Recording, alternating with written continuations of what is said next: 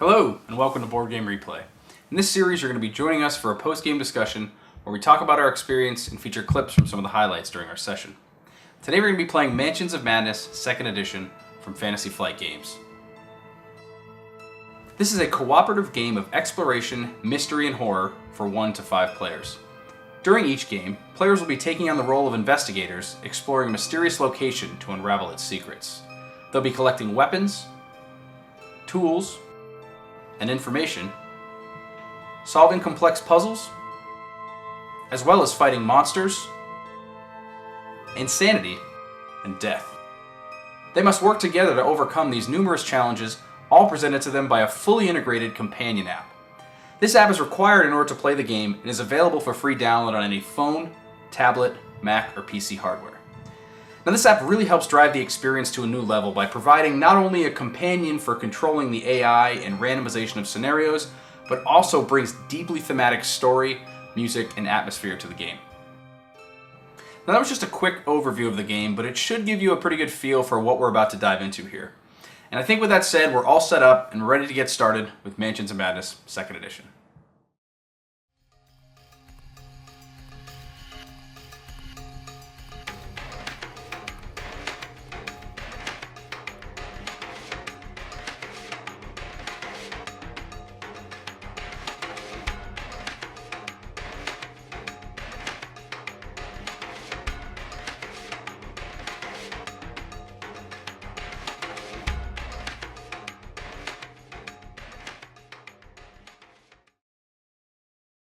Oh man, that was about as close as it gets, huh, Chris? I don't even know if that counts as winning. You lied to my face. Dude, that was the best way you could have ended that, though. That whole role-playing thing at the end was really cool way to go. So first things first, why don't we go back to the last few seconds? Well, actually, this will be better. Why don't we explain what our objectives were really quick? Yeah.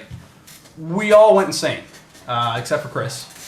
And so Chris has won the game because we have finished the investigation. So now we have to see if any insane people won. Brian What was your went objective? insane and then went...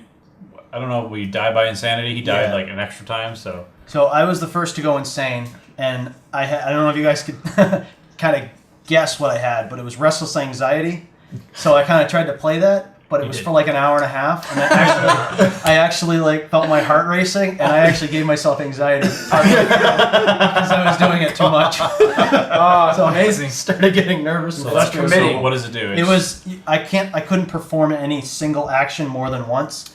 So I deliberately things just worked out well. So if I was forced into a place where they're just do it again, I'd be like, I'm just gonna do this action. Yeah. I'd come up with it really quick so nobody could tell. Right. I thought it was really well done. I got lucky with never having to do multiple things at once. Awesome. Why don't Jeremy, you go next? I'll tell you mine. No, that makes... I would go... Okay, well, I was Just going to read mine last we'll because wait. I had a crisis of conscience. After I saw what was going on around me, after this huge thing was eating me, and I saw this dude, and I saw Chris run by with that evidence, and I just thought this is wrong. And so we're doing something wrong. We should get out of here. I was trying to get Chris to pass me this evidence so we could stop. I only win the game if we fail our investigations. I just so happened to get dazed, restrained, and wounded, and trapped in a space with this giant dude all in one turn. So I'm like, guys, we shouldn't leave. Stop leaving. And your only route out would have been through the fire. I didn't have a good out. What about you? What was your... Oh, sorry. I was just saying, what was your argument? You're like, hang on, guys. I think we should wait. What if we don't do it this turn? That was the argument. We win. Well, then we lose. Okay, good argument. I can't argue with that, even though I'm crazy. That does make a lot of sense. I had Misery Loves Company. You do not win the game normally. Instead, you win only if the investigation is complete and one other investigator is wounded or insane, which applied to everybody. So you won too, you son of a gun. I won too. Awesome. I was all for this exchange. Wow, good job keeping your hat on that one too. Barely still alive. Barely alive. 1, 2, 3. Wow. 5 insanity. You're just about to go insane and kill and die. You die from insanity. Yeah. Right. Jeremy. So I really needed to get some proof. No one believed me, but it had to be seen. The truth is out there, guys. So I needed to get 2 pieces of evidence. I only had 1. But Chris tells me that there's more outside, so I went for it. But it turns out he was lying to me anyway. I need more evidence before I leave this house. Right, but what I'm There's saying no way I is can that leave. You don't need a specific amount of evidence. It's not like, oh, my insanity means that I need 4 evidence. It's, no, I like evidence. And I have this wonderful evidence for you. I like this. This is good. Which I'm willing to give to you. And I can get willingly you, in a trade action. and I can get you more. And it's right outside. more? It's right. Wait, what? There's a huge pile of evidence on the other side of Wait, this where? door. What kind? It's It's Like very what? shiny evidence. it's great evidence. It's great evidence. Would you say it's the best evidence? Best Do we have evidence. the best evidence? I would say we have the best intelligence and evidence All right outside that door. I'm taking it. You're gonna You've take convinced me. Are we going out the door? It's right. One of those. Look at this. So much evidence. All right, let's What go. are we doing? Going out? The investigation is complete. Each investigator wins the game unless an effect such as an insane condition specifies otherwise. Like all of us. You lied to me. And to There's be, no evidence out here at all. I really thought there was more evidence outside. I have to say that's one of my favorite parts of the game. I think like we hit a moment where you had a bit of like a crisis almost, where you're like, well, I can end the game now, but it's against my objective. Mechanically, I should have made us fail, which would have I would have also lost anyway, but then everyone would have lost. So like, mechanically, my strategy would have been try and get more evidence and then get back out. But if we waited a turn, we would have all lost. Because Brian had died. Yes. On the other hand, though, you were acting in your best interest, which was getting at least one piece of evidence. Sort of, but it's very strict. You have 2 or more unique evidence items. So like, yeah. but I mean, he convinced me pretty well. I mean, I wasn't saying it for all. So I like that a lot. I think that's a really cool way to play it. You played it to the theme. I think this game should be about 20% role playing anyway. I mean, the insanity thing happens. I mean, at least 1 or 2 people are going to go insane every game, and so you got to role play a little bit. Otherwise, there's guarantee for butthurt if you're going for straight mechanical game. yeah, like it would have just made us all lose. I went crazy right here with making it almost impossible for me to win the game, but I don't care. It was fun. Like I just went down in flames of the house. Like I don't care. I played Insanity, the panicky one that Brian had to play this time, a couple playthroughs ago, and that was a lot of fun because they were like, the whole team was like, just do that twice. Try like, one more time. I'm good. I didn't really play it like panicky, but I was just like screwing with him, which is a lot more fun because you actually play with the table. Anxiety is defined in different ways. Yeah, and, your anxiety was just like that. You know. Yeah. One of my favorite things about this is the how all the investigators can do combat. You're not when you get dealt a character, it's not just like, oh, you can search better, oh, you can gain clues better. It's you have that ability, but you can do unarmed combat. You can pick up a weapon and be just as good as anybody else. And it just comes to like if you have high strength or certain stats are better than others, you can possibly do more damage. But all the things that happen are they're randomized. I'm going to move, and then I'm going to use... You can attack. Is that... We call it an attack action? Yeah. And then your you look action at what was type of attack. weapon it is. What does it say? Heavy? Yep. Heavy weapon. We're attacking. You wait for the creature to strike, ready to return the blow at the same moment. You're going to test your agility, and you need 1 success. Ooh, there you go. 4 I agility. believe in you, Chris. I believe in you. You only got that? Hey! 2 success. If you pass, the creature's attack creates an opening, and you swing your weapon with all your might. The monster suffers damage equal to the weapon's damage. Great. So you deal 2 damage. Plug in 2. Boom, boom. Yes, 8 health, so he's down to 8 health 6. too. Great. Wow. You guys want to jump on top of that and punch it? I'll charge in. Okay, so you're gonna move into his space. 1, attack. 2, 1, 2. and then punch. Unarmed. As you approach the creature, you meet its gaze, and the unknowable alien intelligence you see strikes a deep, devouring fear in your throat. You try to preserve and complete your attack. You test your willpower, and you need 2 successes. Get a bonus, right? Because of the cross stuff? I do. I still have the cross. That's worked out well for you so far. Concentrated too hard on it last time. Boom. Oh! That's right. All right, you managed Success. to bury the fear long enough to strike at the very eyes so that so affected you, and the creature recoils in pain. The monster suffers 3 damage. Woo. Woo. Did I like 3 Stooges him? Like, You did more damage than Chris did with a crowbar with your bare hands. Yeah. Jenny's kind of a badass. so like you can hit with a crowbar and do the weapon damage, or you like I sucker punched him in the eyeballs and did 3 with my bare hands. Yeah. Usually unarmed is like slightly less effective. Yeah. It's like 2 or 3 damage if you succeed, where like some of the weapons are like success plus weapon damage. So like, yeah, it makes sense. It still gives you a reward for using a weapon. So it's not like, oh, I don't care about getting a weapon. Right. Where, yes, you can do unarmed. It's less effective, but it's still almost equally successful. Like, it was still usually like a 2 or 3 check, you know? So. Yeah. And it mixes up your skills every time. Like, Yeah. That was one of the first things I noticed is that each investigator in this game feels larger than life. That's something that they conveyed really, really well with this over the previous version in the first edition, where like the keeper had all these moves and all these powerful things to trigger and a million monsters to move, and the investigators got 2 actions. Yeah. And you just seem like weaklings. Like if you didn't have a shotgun, you couldn't really do much. Yeah. Whereas like we're going toe to toe with these super strong wizards and stuff, and we're kicking their asses and like you're casting spells. Yeah. Like I was a really You're useful spellcaster. Dexter Drake. Anytime I gain a spell, which is anytime you cast it, you gain another one. So anytime I gain that, I gain focus. So I could always, if I had focus from last turn, I could use it on the first cast, gain it on the second one, and use it on the second one if I needed to. So we weren't 100% sure we played that right, but we thought about it, and that seemed like yeah, I mean, you only get like 1 or 2 spells per game. Yeah, it's once per round, and it says on the back, gain another wither spell. So I think that's legit. Yeah, following the wording. He's also a magician too, so like yeah, that's that makes his wheelhouse. sense. Yeah, Right. Well, at the same time, you're also kind of mediocre. well, you have a lot of bad stats. Yeah, Yeah. three, like what? There's 4 no threes? 2s. There's no 2s, but Yeah. but 3s aren't great either. Like Yeah, Isaac I has mean- like 4 4s, and yeah. Yeah. I mean, that's the thing. Is your character's power is in the ability, whereas my character's in the stats. Like I didn't use the dog ability once the whole game. Yeah.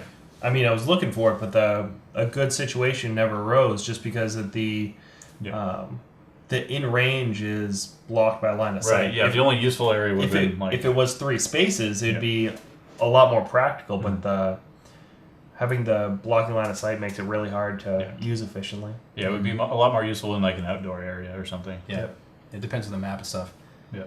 Yeah, I don't know about you guys. You've played more matches of this than I have, but of the 3 rounds that I've played, I found that the games, even though that they're, I don't know if it's randomly generated or procedurally generated, or like each one of these is individually designed, they're just really well tuned. Yeah. I mean, like every single time we've played this, it feels like it is right down to the last turn. Like there's never been a cakewalk, there's never been a blowout, and but we've also never been crushed. Like it's always felt like we could almost make it. Yeah, we literally would have lost if we didn't escape that turn, you know? Yeah, and we've only ever played this game with 5 people too, so that's an interesting, that's an important thing to note. Usually 5 players, the maximum player count, it can go either way. It can be like kind of broken or kind of too easy, but I thought it seems right on. Yeah, I think it must scale in some way to that. Like it has to, like the Mythos events, those were getting brutal towards the end. Yeah. That's like a ticking time bomb. That's what made me go insane the last turn, because I made an escape out here with like 1 away from going insane. I'm like, oh, I'll be safe because I don't have to do a horror check. But then it did some Mythos event where I took like 4 horror damage anyway. Yeah, so brutal. I think the Mythos events are really cool the way they start. Yeah. They're like it's not just like affects everybody. It just picks players. Yeah. It fortunately grabbed Chris multiple times. Ashcan Pete a lot. Tripped over a magnifying glass. As Ashcan Pete is walking, you can't catch a break, man. come on, Pete. He suddenly trips over something and tumbles to the ground. No, I don't. Place a magnifying glass common item in your space. Oh, all right. All right, you get a magnifying glass common item, place it in your space, and you suffer Tripped 2 over a damage. magnifying glass? You're suffering 2 damage. You're negating it with agility though, so you're gonna roll your agility +1 in this case.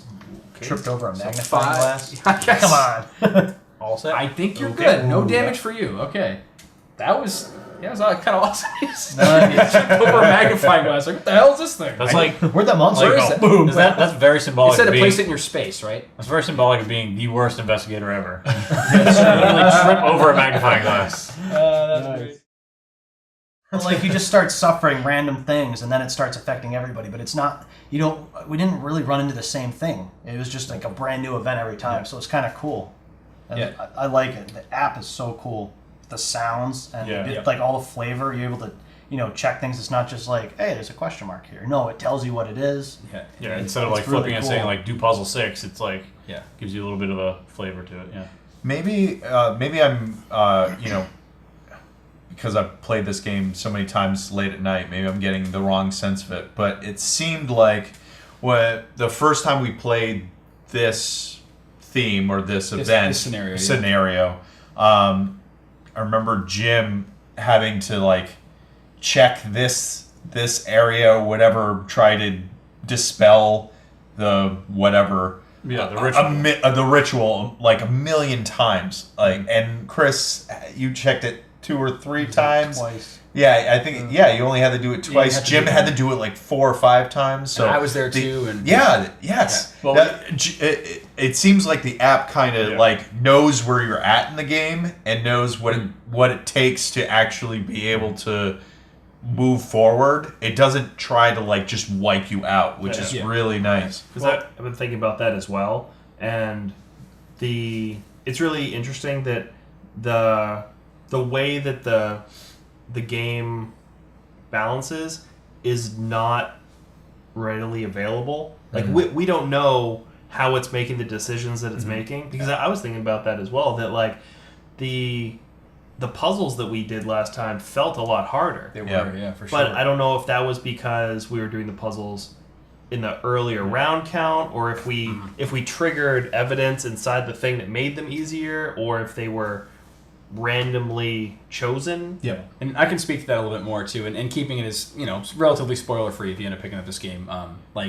I've done this mission now 4 times, and so I can actually safely say now I've played this 4 times. I know the story, and it never changes, right? So take that as you will. The story never changes. You're always going to have the main same objective. The main objective in the story of what's happening in this house for this scenario, I know it now, right? So the story part of it is effectively done for me, but now this game for me is a survival horror game, and it's awesome. Like the initial there's limited scenarios. There's 4, whatever.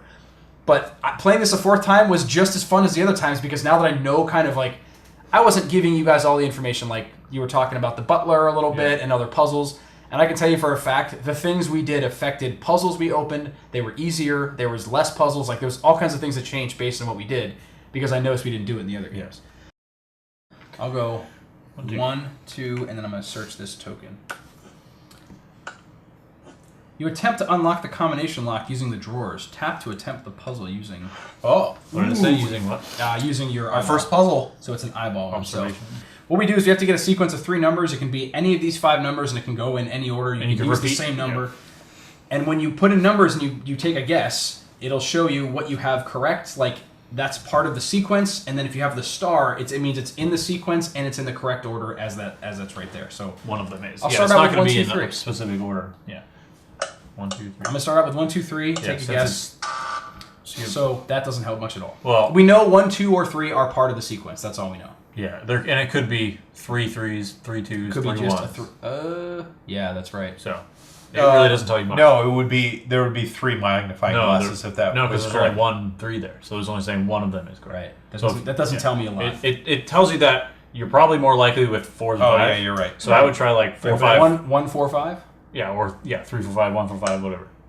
See where that goes. All right. So all 3 of that's those. We know it's really 1 4 good. 5. That's a good clue. So just switch it We're around. just How going to many- switch that how around. I many have options 4 do you- guesses total because I have 4 in this. And you can in this use your set. clue if you need a 5th. Your clue token. Correct. But yes, It's going to be 4 5 1. He's calling it out. All right. So here's the thing. That'd be cool. None of them are in the correct order, so we have to shift all 3 of them. So They yeah, have it has to be. So 4 4 5 5 1. 1 is an option. I like it, Isaac. I'm calling it. So proud of yourself. There's 3 numbers. Straight on over. So excited. All right. And you attempt to rewire the device to stop the timer. Tap to attempt the puzzle using your observation. Ba-ba-ba. Chris, Oh, I'm one of moving. these. We'll do it right Chris, here. didn't you do this in like 3 seconds last time? Let's Yeah. do it. Now, you have 4 attempts, Chris. Don't just take don't- them. Of course he goes that 4, fast. Yes. That was really good. With a man. leftover attempt, you can shove it. All right? So, even though there's a limited number of scenarios, it still changes drastically. You know? Yeah, there's also different monsters too. That are like there's They're some the that same are, classes, but they're different. yeah, there's some that will like stay. Like there's a main character that you're coming in to like deal with, but like the other random spawn monsters are random, random types, random monsters. It's pretty cool. I don't remember the giant Zoidberg monster. He never. Or, He never came out. There's a witch, and then I the had other a- like the jar, the brain jar, Migos, Migo, dark druids. They're just pouring in from some of the Yeah. Those are the first edition monsters getting mixed in. I don't know how much the base game ones will change. All these are going to be available too. They're selling them in like a couple months. You'll be able to buy all the first edition stuff. But that was, and on top of that, the investigators changed the game drastically. Yeah. Like just your powers, your stats, your abilities. Isaac and I were healers of both horror and health. Yeah. That was cool. Yeah. Like we just decided to do that from the start. And Yeah. I like the prospect of them semi-easily bringing new campaigns to the app. I mean, obviously, it's not as simple as I'm making it, but it's better than just saying, "Hey, here's a new book you can buy. You can just reissue the app. There can be an add-on to the app, and it's easily released to the masses where You don't have to produce anything. You No don't- production costs. There's exactly no materials. Yeah. exactly. The app the app does a lot of things, but it makes the game the replayability of this game endless. Yeah. Going forward in the future, it seems like it'll be a lot easier to continue supporting and adding new content. Yep. It simplifies the game too. Like you don't have to go through you go through the rule book to clarify things, but you got this little sheet here, and you could just look at your actions, and then the rest of it, like I printed this out. a little cheat sheet. Fair enough, we'll fix that. But yeah, you can use the app walks you through everything. Tells you, hey, put this tile out here. Yep. This is what happens. Put these tokens here. These are what they are.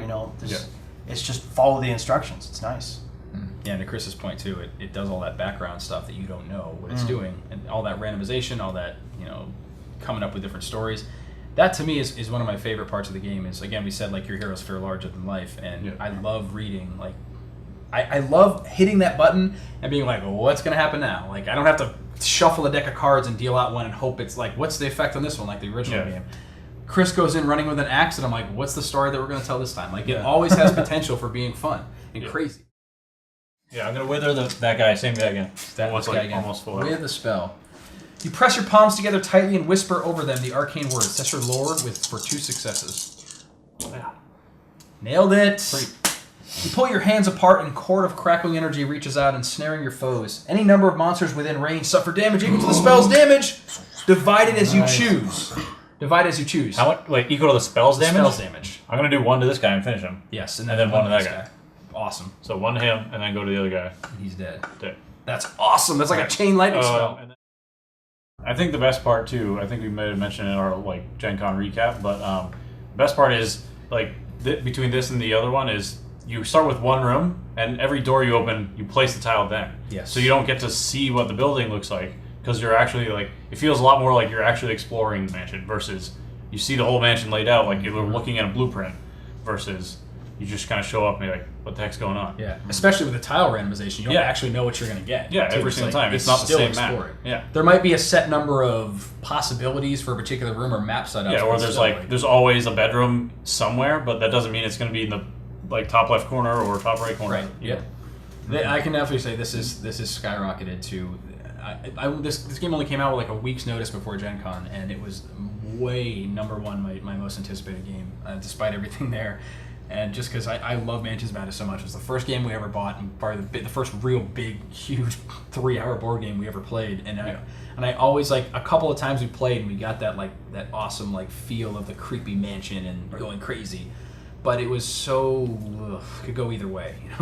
So we could set up a scenario. I could spend 45 minutes to an hour setting up a scenario, and you open the freezer and you die instantly. And we're like, oh, well, that was fun. You guys want to go home? Thanks for coming over. I guess we lose for tonight. So it just wasn't quite as polished as the experience wasn't quite there, but it was so close. So in your expert opinion, should you touch everything? In this game, I don't think you have time.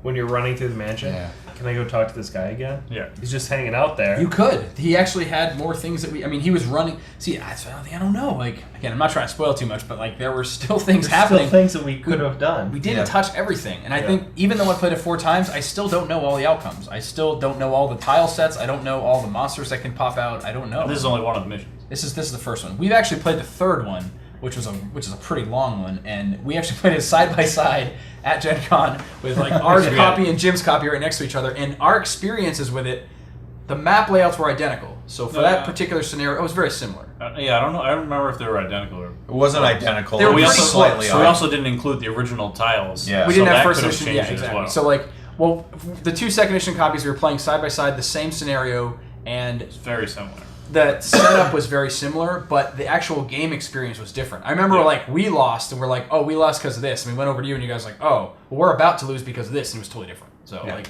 even if the map's not changing up, there's still again like different survivors, different items, different stuff, mixing it up. I don't know. I can't say enough good about this game. It's like I just want to play this game all the time. I'm going to play this game solo a lot too. I think the main question is, when are we playing the 6-hour campaign? Oh, that sounds amazing. 240 to 360.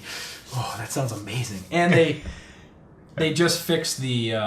They've had like a couple of little bugs and stuff in the app. They patched it out, and the save system's working well now. So like that's the time to do that. Now that everything in the app is working well and the autosave works, so you can leave and come back. Extra life. I'd be super pissed if that might be a good extra That's life. a good one. When else are we gonna have 6 hours? Yeah, I mean the problem. Well, is, you can take a break and come back. Yeah. Leave it on one table. Play for 2 hours. Yeah. Take a break. I mean the real problem is like when it says 6 hours, like as a group. What did the first one say? Yeah. The one we just played. You say? don't want to know. The one that just took us 2.5 The one we just hours. played, yeah. That was Cycle of Eternity, 60 to 90 minutes. No, that's what I'm saying. It's like we Yeah, do no. way too much enjoying ourselves and not enough playing the game. Yeah. So like. That's an 8 hours. Yeah, it's probably like an 8 to 10 hour commitment because we'll spend most of it like. It's like half of extra. But also, let's be fair too. We're playing with 5 players, so I mean, 5 players would be all of 8 hours, right? I mean, if we figure this was 5 players at a 60 to 90 minute duration, it could have been 90 minutes. But I think all the flavor text and stuff that pops up, it's all adding to the time. Honestly, horror checks and flavor and all that stuff like that adds to the time. But I think it's worth it. The last thing I want to say about this game is when I looked at Gen Con, I looked at the price tag of $100 for 4 what I saw as 4 campaigns. It initially turned me off. Yeah, I think a couple of us were kind of turned off after that. I was actually kind of pissed. I was like, why would I as a consumer buy that? Mm-hmm. Now that I've played it, I've completely changed my mind. But The same scenario, it needs to be clearer. That's what Alright. people like us are for. Yeah. You play this game, be like, hey, they didn't really tell you, but even though there's only 4 scenarios, it doesn't matter. The game's amazing, and And De- it's definitely only a my matter of point. time until they add more missions. Because, Yeah. like Isaac Absolutely. was saying, it's. I mean, certainly it's going to take time to make it a nice, polished, randomized mission, but it's still only programming in the app. Everything else is already there. The pieces are already there for you. Yep. So balance. I mean, playtesting stuff, but they are. As I mentioned earlier, we're playing with the first edition stuff. I own the first 2 expansions. Actually, the second one is actually the Japanese edition because all I wanted was the tiles and the monsters. But they're actually releasing an expansion pack for like all the tiles and monsters from the first game, and I think and the heroes as well. And then and then another pack for the 2 expansions that came out for the first edition to give you basically all the stuff you would have if you had first edition. And with each of those, when they put them out, there's going to be a scenario released into the app for free. So there's 2 new scenarios coming out within the next 3 months, I think is what they said. I think it was going to be in like fall or something like that. That right there has my buy-in. as long as they can keep, I'm putting out new stuff on a semi-regular basis, Yeah. One more comment I'll make about the price of the game too is that something that often gets overlooked when you look at a box of stuff. Components initially, it's like, oh well, there's only X and X and X. This is tiles from the original game, so like we're playing with more. We're technically more than $100 worth of tiles. Oh, yeah. We have other stuff, but the app development takes time. Like that's an expensive thing to develop. It works really well. It's intuitive. It's been developed and designed. The art is awesome. People forget that playtesting and app development and artwork and all that, like that's all big parts. Not just like, oh, there's only 250 cards and X minis. Like there's a lot more than that happening in this game because this app it's expensive to develop something like this. It comes along. It's a free app. It's a free app. You don't have to pay an extra amount for that. So it's Yeah. included in the $100. Listen, I'm not gonna lie, it's an expensive game. $100 is a lot of money. Like there's no question about it. But I think for what it offers for a package, there's really no other game that you can play that's like this because there's nothing like it. I mean, there's nothing like it that drives a horror survivor game with a mystery and a mansion building. There's nothing like it. I also like mansions. Do you like this game, Chris? I don't enjoy madness, though. I mean, it's top 10. Don't get so excited, man. We need Jim here to tell us his thoughts. It's no City of Heroes trading. We don't have trading enough card game. This is a City Heroes trading card game. All right, I think that's going to wrap it up for us here. Thank you again for watching. We'll catch you again next time. I waited a really long time to wave right there. It felt weird. I was like, You did the same thing at the last. If I have a success limit that's 3, Everyone else I'm assuming that's a cat. The cat. 5 ink. All right, everybody. Take a. everybody take one horror as the cat just scared us That's all. what it is.